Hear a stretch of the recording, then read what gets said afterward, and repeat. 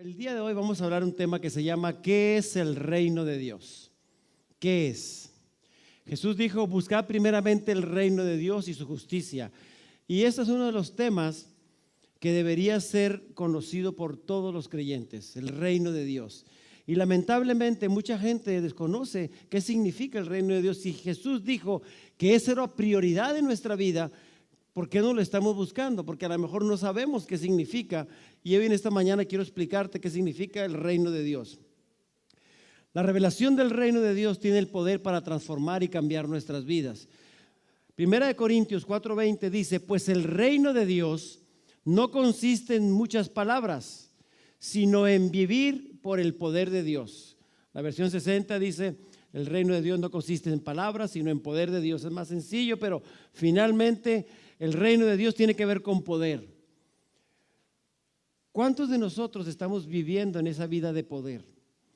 En esa vida de libertad, en esa vida de gozo que trae la presencia de Dios en nuestras vidas, cuando obedecemos su palabra y cuando somos entendidos de lo que Dios está haciendo en nosotros y de lo que Dios hará.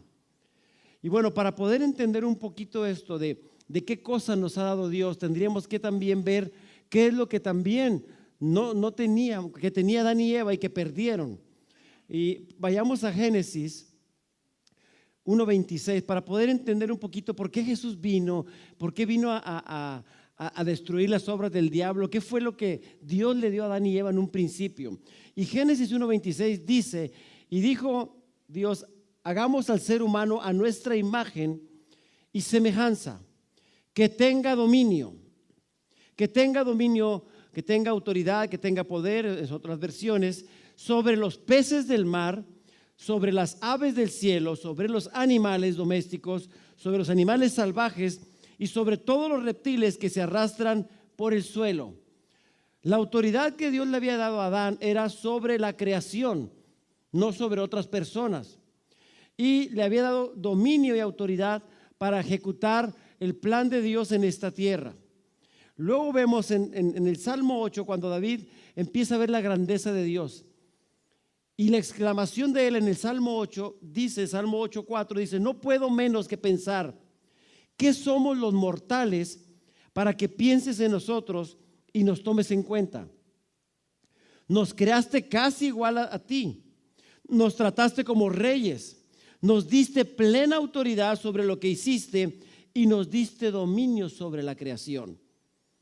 David tenía entendimiento de lo que Dios le había dado a Adán y a Eva, y ¿sabe qué? Nos dio autoridad, dominio. ¿Y dónde quedó ese dominio? Esa autoridad que Dios le dio a Adán y Eva. Y ese mismo dominio y esa autoridad ahora en Jesús venimos a recuperarla. Pero veamos qué fue lo que pasó con Adán y Eva en Génesis 2:15, cuando Dios le da instrucciones precisas a Adán de lo que Él quiere que haga Adán en esta tierra. Le dice el Señor Dios, tomó al hombre y lo puso en el jardín del Edén para que lo cultivara y lo cuidara. Luego el Señor le ordenó al hombre, puedes comer libremente de cualquier árbol en el jardín, pero no debes comer del árbol del conocimiento del bien y del mal, porque el día que lo hagas, sin duda morirás. Otra versión dice, ciertamente morirás. Dios es muy claro, te estoy delegando autoridad, te estoy dejando que cultives y que cuides todo lo que te he dejado. Pero te pongo una pequeña restricción, puedes comer de todo menos del árbol que está ahí, el árbol de la ciencia del bien y el mal. Y también le dice la consecuencia. O sea, Adán sabía que había restricciones, que había parámetros, límites que Dios había establecido. Ahora, Dios, que es muy claro y que nos ama, tenía un plan para Adán y Eva. Pero sabe que había otra tercera persona que es Satanás, que en este caso aquí en Génesis 3:1 aparece como la serpiente. Dice, la serpiente era el más astuto de todos los animales salvajes que el Señor Dios había hecho. Cierto día le preguntó a la mujer, ¿de veras Dios les dijo que no deben comer del fruto de ninguno de los árboles del huerto? Con que Dios te ha dicho, o sea, la versión 60, con que Dios te ha dicho, pone una pregunta, con tal de meter duda en la vida de Eva. Dice Eva, claro que podemos comer del fruto de los árboles del huerto. Es solo del fruto del árbol que está en medio del huerto del que no nos permite comer. Dios dijo, no deben comerlo ni siquiera tocarlo, si lo hacen morirán. Eva estaba bien clara de lo que Dios le había dicho, instrucciones muy claras de parte de Dios. Pero aquí está la serpiente haciendo su plan y le dice la serpiente, no morirán. Le dice, Dios sabe que en cuanto coman del fruto, se les abrirán los ojos y serán como Dios, con el conocimiento del bien y el mal. Y yo creo que Eva se puso a pensar, dijo, oye, pues está buena la oferta. Compre hoy y pague después, oye bien, con el poder de la firma. Dije, pues que agarro el fruto y voy a tener conocimiento, sabiduría y voy a ser como Dios. La mujer quedó convencida, vio que el árbol era hermoso y su fruto parecía delicioso y quiso la sabiduría que le daría. Así que tomó el fruto y ¿qué? Lo comió. El simple hecho de tocarlo ya estaba desobedeciendo. Después le dio un poco a su esposo que estaba con ella y él también comió. Los dos se brincan los parámetros, los límites, en pocas palabras, desobedecen el mandato de Dios. Ahora, ¿cuál fue la tentación? Muchos dicen, no, pues el pecado fue que se comieron la manzana, que tuvieron relaciones, pero nada de eso es verdad, ni siquiera fue una manzana. La Biblia no dice qué fruto, dice un fruto. A lo mejor la serpiente le dijo a Eva para atraparla, dijo, mira Eva, no engorda. Y Eva dijo, pues sabes que sí es cierto. No sé, pero Eva dijo que el fruto se veía delicioso a los ojos, era atractivo. ¿Y cuál fue la tentación? Es la idea de gobernarse a sí mismo y ser igual a Dios. Lo mismo le pasó a Satanás, el querer ser igual a Dios. Esta separación equivale a rebeldía. Cuando uno quiere hacer las cosas a su manera, cuando uno desobedece un mandato, se llama rebeldía. ¿Qué significa eso? Es la independencia, es vivir fuera del gobierno de Dios, es tomar nuestras propias decisiones sin depender de Él y sin tener en cuenta su voluntad ni su consejo. Hoy en nuestros tiempos lo que más prevalece es déjame vivir mi vida. La mayoría de la gente vive así. Usted le dice a los jóvenes, no hagas aquello, no hagas aquello. Ya déjame, en mi vida, no te metas. Siempre queremos marcar límites porque no queremos que nadie se meta con nuestra vida. Pero Dios, que fue el que nos creó, tiene todo el derecho para decir, hey, yo puse las reglas, por aquí nos vamos a ir. El problema con la humanidad es que nunca ha querido caminar por donde Dios le dice. Usted le dice a un niño, siéntate, y el niño no, siéntate, no, siéntate, no. Se sienta y dice, por dentro estoy parado. O sea, es no hacer lo que se les dice. Ahora, la independencia fue lo que hizo que Satanás cayera. Y por esa razón, él vino y presentó el mismo plan y ¿sabe qué? Funcionó. Y no nada más eso, lo sigue haciendo hasta el día de hoy. Te presenta algo como que no tiene nada de malo. No tiene de malo, todo el mundo lo hace. Fúmate esto, tómate esto, mira, búscate otra mujer, búscate otro hombre, al cabo todo el mundo lo hace. No tiene nada de malo. Pero va en contra de los principios que Dios ha establecido. Y cuando parece que no es malo, es ahí donde mucha gente cae. Y gente en las iglesias que dice ser creyentes caen en estas mentiras. Porque tenemos que aprender a escuchar la voz de Dios y saber qué es lo que Él quiere para nosotros. Ahora, ¿tuvo consecuencias esa desobediencia? Claro que tuvo muchas consecuencias. Una de las consecuencias fue su muerte espiritual. Dios les había dicho, el día que coman, ese día van a morir. Otra de las consecuencias es la separación de la comunión con Dios. Ya no iban a poder tener esa comunión que tenemos ahora tú y yo. Y la pérdida de la autoridad del gobierno sobre todo lo creado, ahora se lo cedieron a Satanás. Porque Dios se lo había dado a ellos, pero por desobedecer, ahora Satanás toma el control, toma la autoridad y ahora dice, ahora este es mi dominio. ¿Cómo podemos ver un poco de esto? En Mateo 4:8, cuando Jesús es tentado, cuando es llevado al desierto por el Espíritu Santo, Jesús es tentado por el demonio, por Satanás, por el diablo. Y sabe que el diablo dice en Mateo 4:8, llegó el diablo y lo llevó a una cima de una montaña muy alta y le mostró todos los reinos del mundo y la gloria que hay en ellos. Y le dijo, te daré todo esto si te arrodillas y me adoras. ¿Por qué el diablo? ¿Por qué le está presentando ese proyecto? ¿Por qué le dice, todo esto es mío? Porque él tenía el derecho legal que Adán le había dado.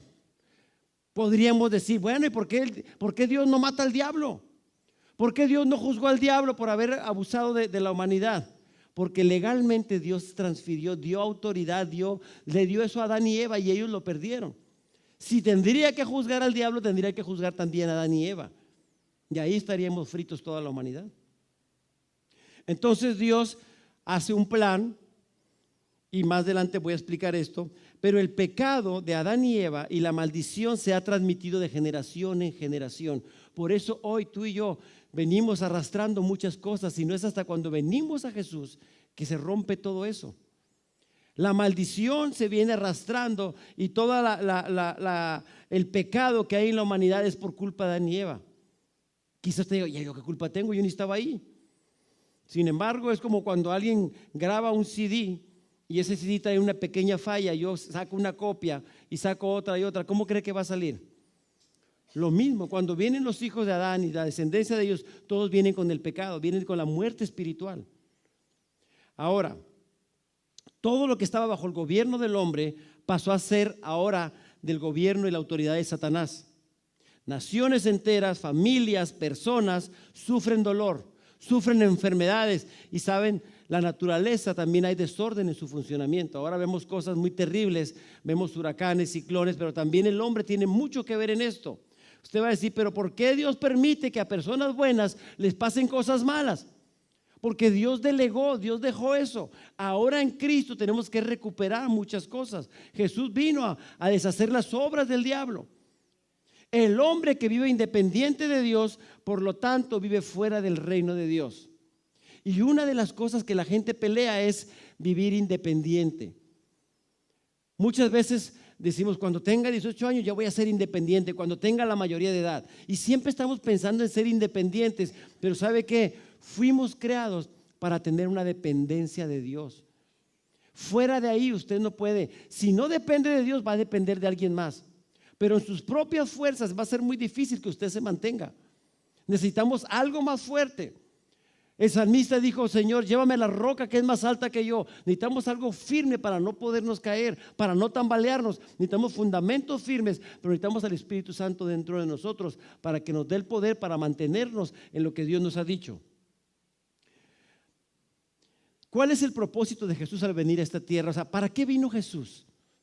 Sabemos que el hombre había pecado, que había caído, que todo se había perdido, pero ¿a qué vino Jesús? La mayoría de nosotros decimos, pues vino a morir por nuestros pecados, pero vino más que a eso, vino a regresarnos a lo que se había perdido. Lucas 19:10 dice, porque el Hijo del Hombre vino a buscar y a salvar lo que se había perdido. ¿Qué se había perdido? ¿La salvación nada más? No, se habían perdido muchas cosas. Nuestra relación con Dios, se había perdido también el derecho de ser hechos hijos de Dios, pero también se había perdido la autoridad y dominio que Dios le había dado al hombre en esta tierra. Dios se lo había dado. Y Lucas 4:43 nos habla del propósito de Jesús.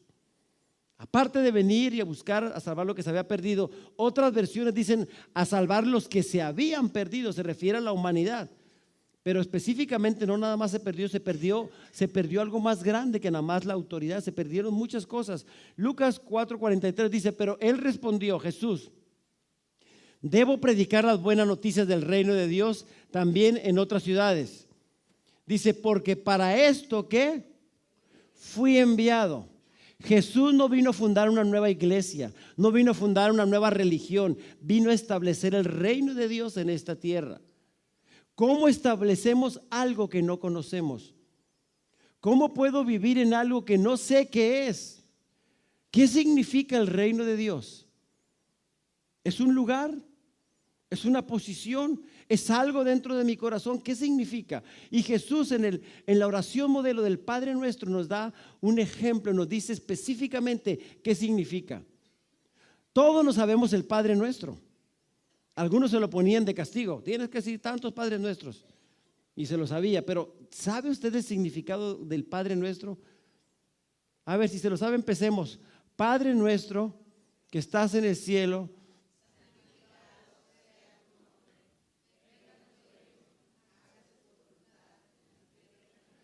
Hasta ahí, sí se lo saben. Estrellita para todos.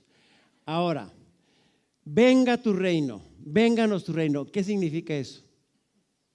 Venga, a veces decimos jugando, vénganos tu reino, Señor. Dice Jesús, venga tu reino, hágase tu voluntad en la tierra como en el cielo. El reino de Dios tiene que ver con la voluntad del Padre establecida en esta tierra y en el corazón de cada persona. Hay una versión que me gustó mucho, Biblia de lenguaje sencillo, el mismo texto de arriba, pero en otra versión. Dice, ven y sé nuestro único rey. Que todos los que viven en la tierra te obedezcan como te obedecen los que están en el cielo. Es lo mismo, pero en otras palabras, parafraseado. Ahora, el reino de Dios, el gobierno de Dios es hacer la voluntad del rey. Si estamos hablando de un reino, quiere decir que existe un rey.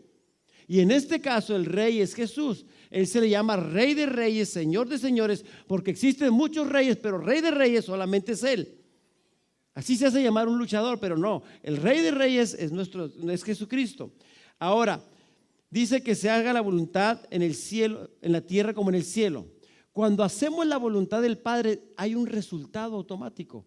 ¿Cuál es el resultado? Esto trae paz, justicia y gozo. Paz, justicia y gozo. ¿Cómo anda usted de paz? ¿Cómo anda de gozo? Viene Navidad, ahora sí hay gozo.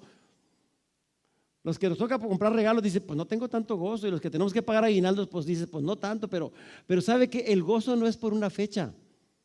Es por algo que Dios estableció en nuestros corazones. Es parte de un fruto que nosotros tenemos que dar en base a una relación con Dios por el Espíritu Santo que mora en ti. Si ese fruto no se está dando, algo no está bien. El fruto del Espíritu es que amor, gozo, paz, paciencia, fe, benevolencia, benignidad, mansedumbre, templanza. Ese fruto es algo que nosotros naturalmente deberíamos de dar por una relación con el Padre a través del Espíritu Santo. Si nosotros no damos fruto, quiere decir que algo no está bien en nuestros corazones, que el Espíritu Santo debe dar eso automáticamente y no es algo que usted tenga que esforzarse. Debe ser automático, pero ¿sabe qué? A veces obra más el fruto de la carne, las obras de la carne que el fruto del Espíritu.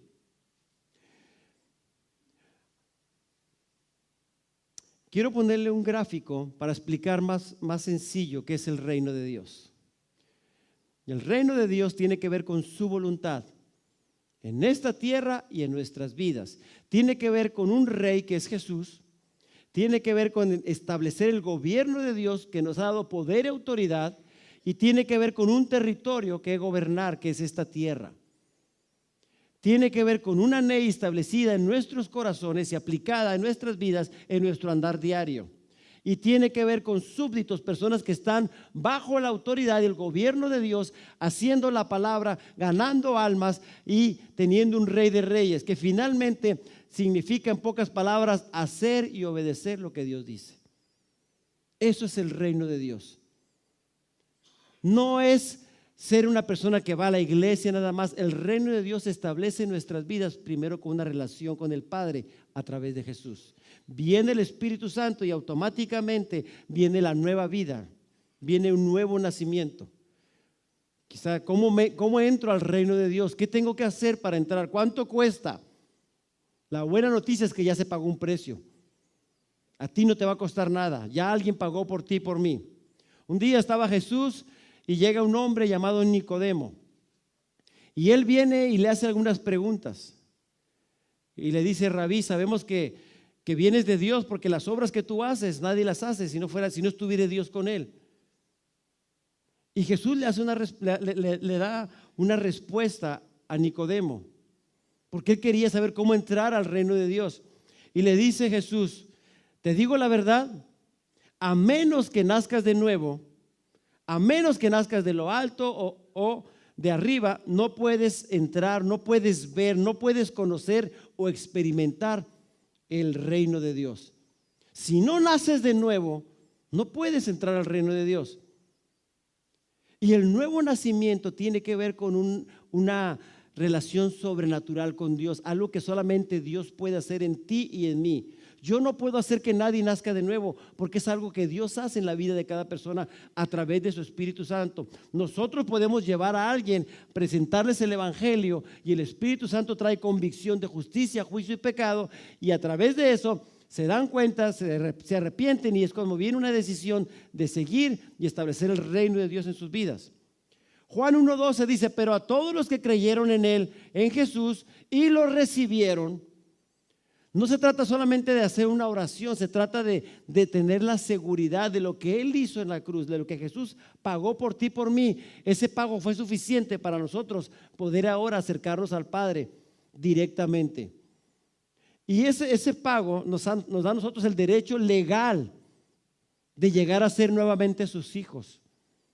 No a través de una religión, no es solamente porque usted hace una oración, sino porque hace una decisión en su corazón, una convicción de seguir a Jesús, de arrepentirse y de cambiar su estilo de vida. Juan 1:13 dice, ellos nacen de nuevo, no mediante un nacimiento físico, como resultado de la pasión o de la iniciativa humana, sino por medio de un nacimiento que proviene de Dios. Esto es algo sobrenatural. Es algo milagroso que cuando uno decide aceptar a Dios, a Jesús, y le pide y decide caminar, sabe que viene el Espíritu Santo y entra a nuestras vidas. Y hay 3 etapas para que el reino de Dios venga en nosotros. Una de ellas, cuando Jesús dice en Mateo 4:17, desde entonces Jesús comenzó a predicar, arrepiéntanse. ¿Qué significa esto? Cambien su manera de pensar, cambien su manera de vivir, vuélvanse hacia Dios. Y dice, porque el reino de los cielos está cerca.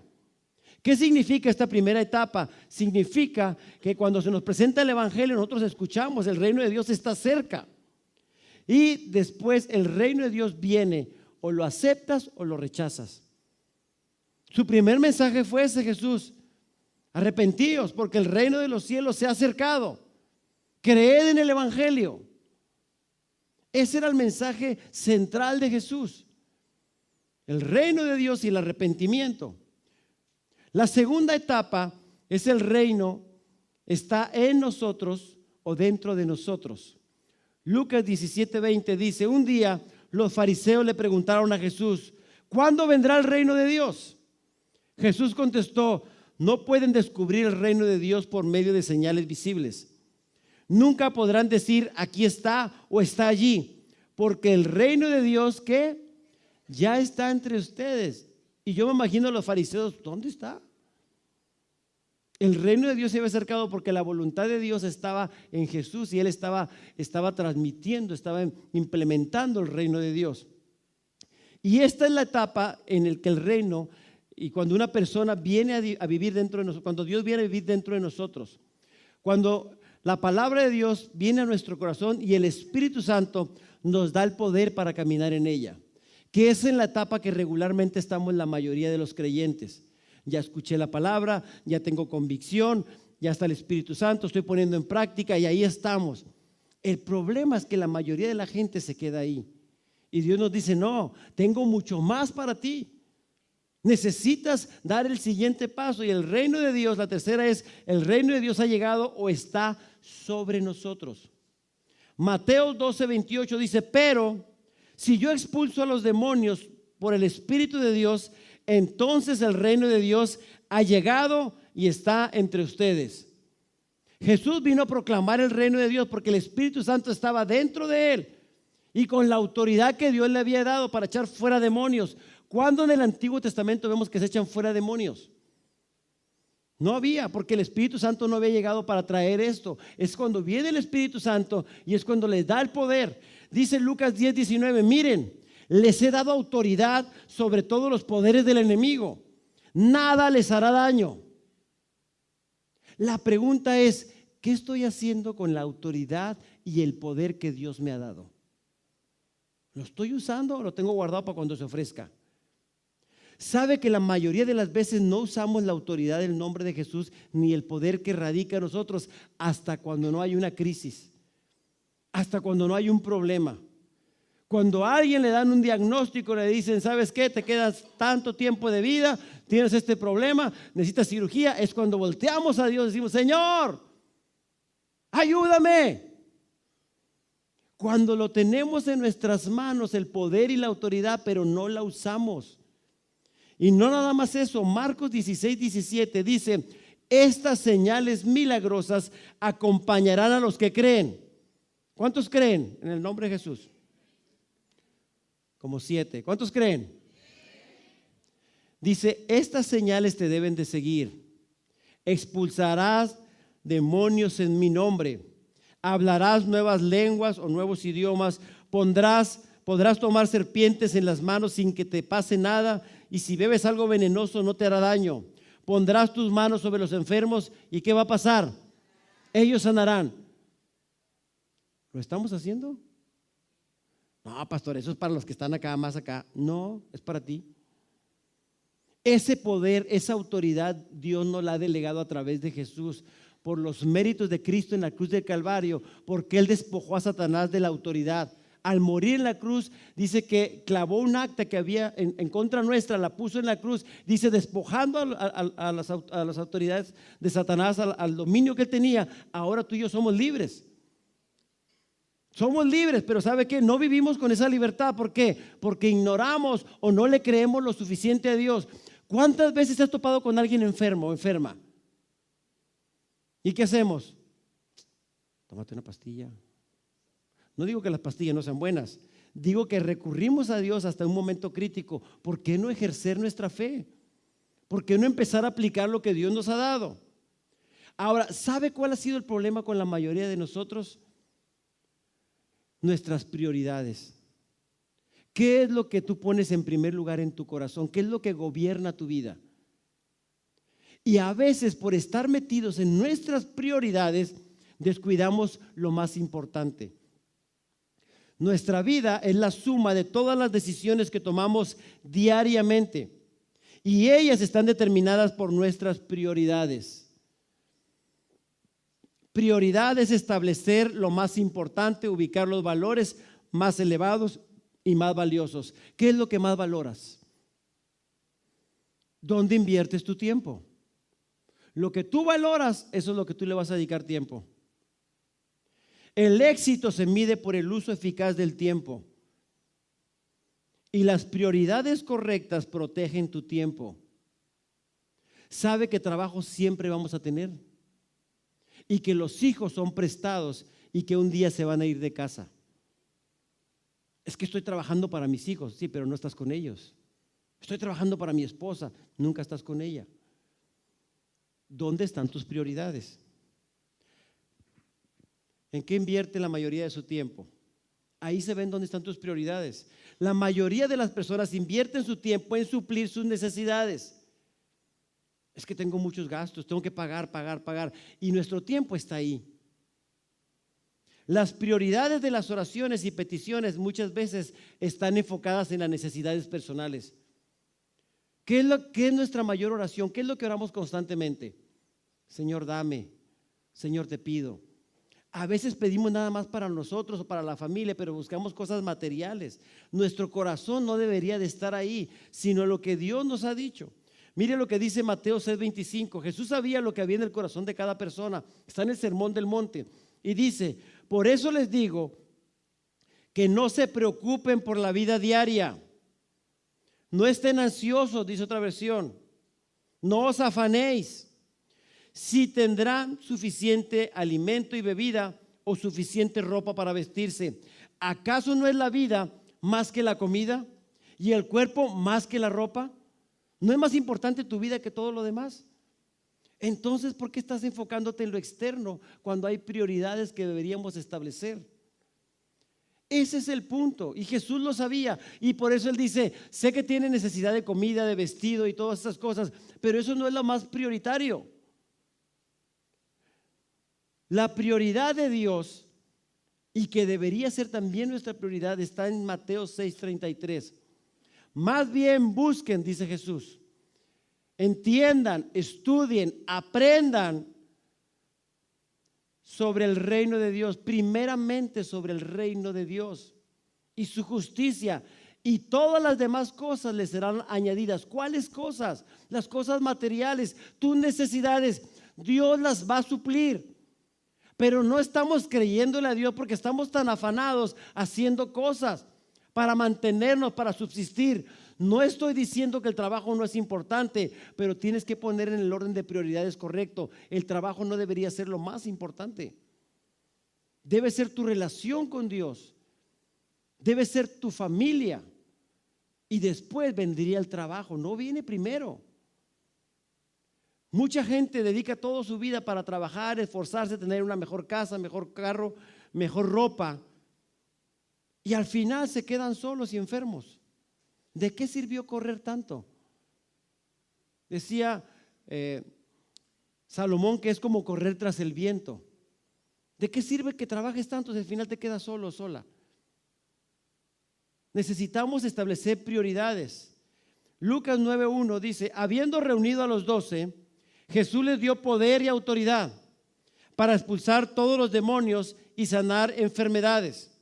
Entonces, primero les da autoridad, les regresa lo que el diablo nos había quitado. Dice, después de que Dios les da autoridad, a través de Jesús, dice, entonces los envió a predicar. ¿A predicar qué? El reino de Dios. Esa debe ser nuestra predicación.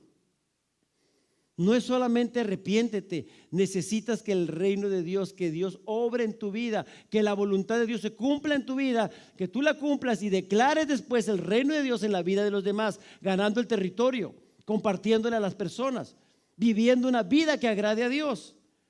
Dice, entonces los envió a predicar el reino de Dios y a sanar enfermos. El reino de Dios tiene que ver también con el poder de Dios. No es solamente palabras, tiene que ver con el poder de Dios. Cuando yo empiezo a vivir en el reino de Dios, las señales automáticamente me deben de seguir como consecuencia de mi obediencia a lo que Dios está haciendo en mi vida. Venga tu reino, que es la oración del Padre nuestro, debería de ser nuestra prioridad. Que se establezca el reino de Dios en mi vida y en donde yo estoy. Que donde yo vaya el reino de Dios sea presentado. ¿Por qué? Por mi vida, por mi estilo de vida. Hoy la gente va a la iglesia, escucha un mensaje y dice, estuvo bien padre, pero no hacemos nada con lo que escuchamos. La palabra, si no la bajamos a nuestro corazón y no la ponemos en práctica, de nada nos sirve. Seríamos solamente oidores y no hacedores. Necesitamos poner en práctica. Hacer, obedecer, esos son los principios del reino. Ahora, ¿cuál es el propósito de la iglesia? ¿Para qué vino Jesús? Para darnos la autoridad, el poder. ¿Y qué hacemos con el poder? ¿Qué hacemos con la autoridad? Yo he escuchado mucha gente que dice, Padre, dame poder, fuego, tócame. ¿Y para qué queremos el poder si no lo usamos? El poder de Dios tiene que ver con implementar el reino de Dios aquí. Para eso es la autoridad. Para echar fuera demonios, sanar, pero que el reino de Dios se establezca en esta tierra. ¿Y quién crees que lo va a establecer? Nosotros. No va a mandar ángeles, nosotros tenemos que hacerlo porque Dios nos ha dado esa encomienda. No nada más es y compartir, es implementar el reino de Dios. Mateo 24:14 dice, y este evangelio del reino se predicará en todo el mundo. ¿Qué se va a predicar? El evangelio del reino en todo el mundo como testimonio a todas las naciones. Y entonces vendrá el fin. ¿Cuál es el problema? Que la iglesia no está entendiendo qué es reino, qué es el evangelio del reino, y no estamos implementándolo. La gente no está viendo milagros, señales, maravillas, vidas transformadas. Por lo tanto, la gente dice, Dios es una religión. Y Dios no es religión, es una relación que nos lleva a un cambio, un estilo de vida diferente. Cuando usted y yo empezamos a creerle a Dios y a poner su palabra en práctica, algo sucede en nuestras vidas. Debe haber un cambio de mentalidad y de forma de vivir, de hablar, de mostrar el amor de Dios. Cuando la gente vea una iglesia poderosa que le ha creído a Dios, entonces la gente dirá, yo quiero lo que ustedes tienen. En el libro de Hechos, ¿qué pasaba? Llegaba Pedro, daba un sermón y la gente se maravillaba y decía, yo quiero. Y 3,000 se convertían.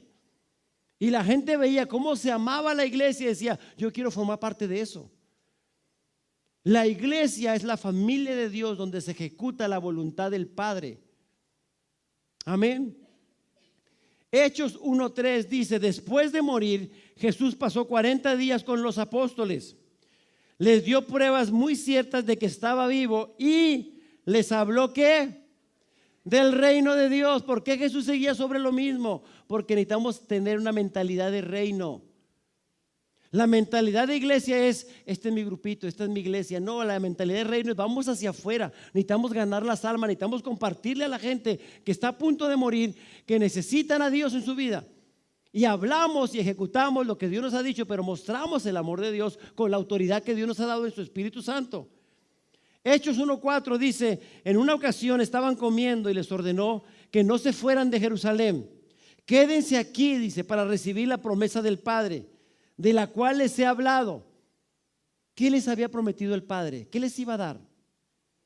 Ellos necesitaban algo para hacer una diferencia, no en sus propias fuerzas. Hechos 1:8 nos da la respuesta. Dice: pero recibirán poder. La iglesia sin el poder del Espíritu Santo carece de lo más fuerte que Dios le puede dar. Necesitamos el poder y la unción, y necesitamos la palabra que obre a través de nosotros. Necesitamos soltar la palabra, pero ni hablamos la palabra ni andamos en el poder del Espíritu Santo. Hechos 1:8 dice: pero recibirán poder cuando el Espíritu Santo descienda sobre ustedes y serán mis testigos. ¿Qué hace un testigo? A ver, vamos a hacer un juicio, traigan los testigos. ¿Qué hace un testigo? Habla, trae prueba, evidencia de lo que vio o escuchó. ¿De qué somos testigos nosotros?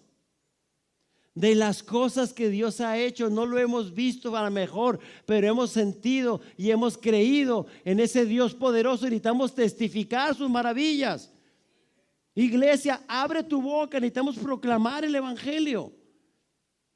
Dice: recibirán poder cuando venga el Espíritu y descienda sobre ustedes, y serán mis testigos, y les hablarán a la gente acerca de mí en todas partes, en Jerusalén, por toda Judea, en Samaria y hasta los lugares más lejanos de la tierra. Empieza en tu casa. Empieza siendo luz en tu casa, después con tus vecinos, con tu familia, y que la gente vaya sabiendo de que hay un rey que quiere implementar su gobierno y su voluntad en esta tierra. Ese es el evangelio, hermanos. No vayas y hables de una iglesia, no hables de una religión, habla de un reino. Háblales de un rey que hace la diferencia, que gobierna con poder y autoridad. Mateo 28:18 dice: pero él se acercó y les dijo: Dios me ha dado todo el poder. Ese poder que Dios le dio a Jesús, ¿a quién cree que se lo dejó? ¿A quién cree que se lo dio? A mí. Diga: Dios me dio el poder a mí. Yo soy la iglesia. La iglesia no es este edificio. La iglesia eres tú y soy yo. Y ese poder Dios te lo ha dado para que lo usemos.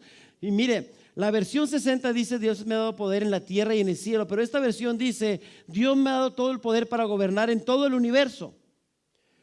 Ustedes vayan y hagan más discípulos míos en todos los países de la tierra. Bautícenlos en el nombre del Padre, del Hijo y del Espíritu Santo, y enséñenles a obedecer. La obediencia es el factor fundamental en la vida de un hijo. ¿Quieres que haya bendición en tu vida? Tiene que haber obediencia. Sin obediencia, sabe que no hay bendición. Estamos fuera de la cobertura. Enséñenles a obedecer todo lo que yo les he enseñado. ¿Cómo es que nuestros hijos aprenden de nosotros? Con el ejemplo. Con el ejemplo. Tú le puedes decir a tus hijos muchas cosas. Y no hagan esto, no hagan aquello. No eches maldiciones, hijo de pip. Tus hijos van a aprender más de ti por lo que ven, no por lo que dices. La gente va a aprender más de nosotros por lo que ven. ¿Ven a Jesús? ¿Pueden ver el reino en nosotros? No, es que me falta, pastor, llevo 15 años, me falta, ahí la llevo. ¿Cómo vamos? Tenemos que reflejar a Dios. Hay muchos jóvenes que les da vergüenza decir que son cristianos.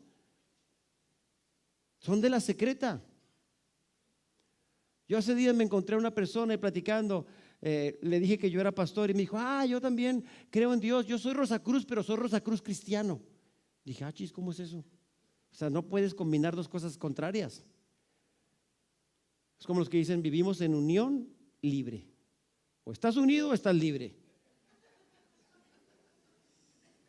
Y hay muchas cosas que nosotros hacemos y decimos, pero hacemos cosas contrarias con respecto a lo que Dios dice. Enséñenles a obedecer lo que les he enseñado. ¿A cuánta gente estás enseñando? Porque no nomás es compartir. ¿Cuánta gente estás enseñando? Pablo tenía un Timoteo. ¿A quién agarraste tú para transferir el reino de Dios? Para enseñarle las cosas. ¿A quién? ¿Cuántos nos hemos ganado para Cristo? Esos que te has ganado necesitas disipularlos, pero si no te ganas a nadie, ¿cómo disipulas? Dices, soy el líder, pero nadie te sigue. Necesitamos empezar a hablar, necesitamos cambiar nuestra vida, perspectiva de vida diferente. Pensar como Dios piensa, las prioridades de Dios deben ser nuestras prioridades. Estamos viendo nada más aquí lo que tenemos, que no se me vaya, que no se me vaya, que no se me vaya. Levanta tu vista, Dios tiene grandes cosas para ti, pero necesitamos creer, caminar, dar el paso de fe. Este lugar ya va a ser insuficiente para nosotros el próximo año. Mentalidad de reino es abrir. No es solamente un grupito, necesitamos, la gente necesita a Dios, necesitamos hablarles, necesitamos transmitirles, ser apasionados. Si no hay pasión por Dios, ¿de qué estás apasionado entonces? El novio no puede ser tu pasión, tu esposa no puede ser tu pasión, tu trabajo no puede ser tu pasión, tiene que ser Dios. Amén. Por último, dice la palabra: venga tu reino, hágase tu voluntad aquí en la tierra como en el cielo. ¿Qué es lo que sucede en el cielo? ¿Hay enfermedad? ¿Hay tristeza? ¿Hay depresión? ¿Preocupación? ¿Y por qué aquí en la tierra sí tenemos eso nosotros? Eso no proviene de Dios. Tendríamos que decir, a ver, ¿qué está pasando con mi vida?